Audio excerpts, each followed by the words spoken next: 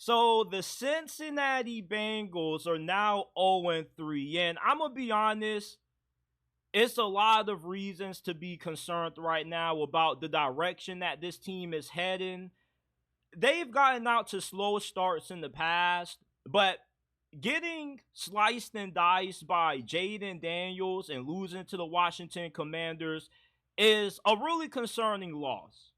But their season isn't quite over yet.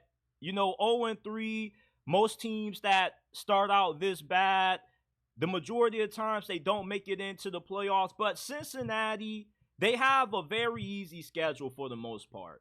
They get to play a lot of offenses that aren't that good. The Giants, the Browns, the Raiders, Titans, Broncos. And their defense is struggling. Lou Anarumo, his defenses have completely fallen off the map these past 2 years. And at one point, he was not only considered to be one of the top defensive coordinators in the league, but he was a candidate for several head coaching jobs in years past. So with how bad this defense has played, Cincinnati offensively, they got to be able to outscore everybody that they play in damn near every single game, which they definitely have the ability to do so. We saw them putting up points on Kansas City's defense. We saw their offense hang in there against the Washington Commanders. So the offense and Joe Burrow are not the problem. The problem is this defense. And the only way they're going to be able to make it into the postseason this year is if this offense can sustain at the level that they've been playing at these past 2 weeks, putting up 25, 28, maybe 30 points per game is what's going to be necessary if Cincinnati is hoping to overcome this 0-3 start. We know that the AFC North is probably the toughest division in the entire NFL, but the Ravens have been down defensively. They haven't been that good on that side of the football. Their offensive line has major flaws there. The Cleveland Browns, they're not really that good. Deshaun Watson, he's done. They just lost to the freaking Giants, for crying out loud. And the Pittsburgh Steelers, they're 3-0, but the Steelers have started out fast in the past. They got out to a great start last year and kind of fell off in the middle of the season.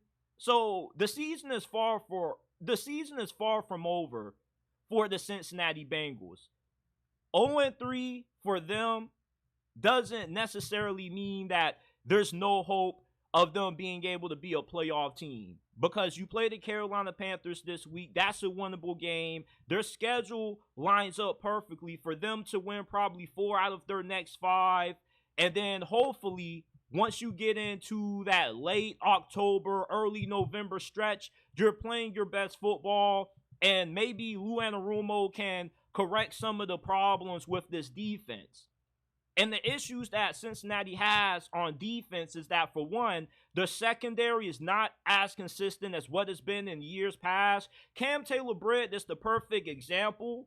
He'll have his moments when he makes some great plays. He had a crazy interception against the Kansas City Chiefs, but against the Washington Commanders, the dude, for as much trash as he was talking in the week leading up to that game, he didn't really back it up on the field. He got toasted for a big play by Terry McLaurin. He got toasted in their game against Kansas City. So as many good plays as what Cam Taylor-Britt makes, he also gives up.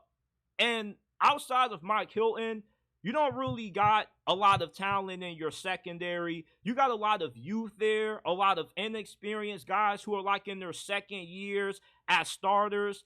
And they're just not giving you consistent play. The run defense is a big problem. They are currently 26 in the NFL in rushing yards per game allowed, allowing 142 yards per game on the ground. They're giving up a lot of points, and their pass rush isn't as good as what it used to be. Trey Hendrickson is pretty much their only reliable pass rusher. So if Cincinnati wants to make it to the playoffs and overcome this 0-3 start, Joe Burrow and this offense have to be damn near flawless. I know it's hard to be able to score 28, 30 points per game, but Joe Burrow is one of the best quarterbacks in the game. He's playing at a high level. It looks like he has completely returned to form. Jamar Chase, T. Higgins, they're healthy. It looks like your offensive line finally can keep Joe Burrow upright, keep him protected. So this is an offense that's capable of being able to carry this team. And this is a Bengals team that is a little bit different from an identity standpoint compared to what they've looked like the past 3 years. You see why Cincinnati has been able to be the only team in the league to take down Mahomes and Kansas City in the playoff game is that they've been able to play good on both sides of the football, but in particular, their defense was really outstanding in those playoff games against KC. This year, you're going to need Joe Burrow to actually play good for the entirety of this season, not having a good defense to back him up. That is going to be difficult, but they're more than capable of being able to do that. And every year, we have a team that starts off slow. They got low chances based off history to make it to the postseason, and they find a way to turn it around. The Bengals are going to be that team this year. They got way too much firepower on offense, and this is the best their offense has been since Joe Burrow got drafted because they can finally keep him upright. So I'm not about to write off Cincy just because they're 0-3. I don't care what history shows. Listen, the thing about judging teams based off historical trends is that things can always change at any given moment.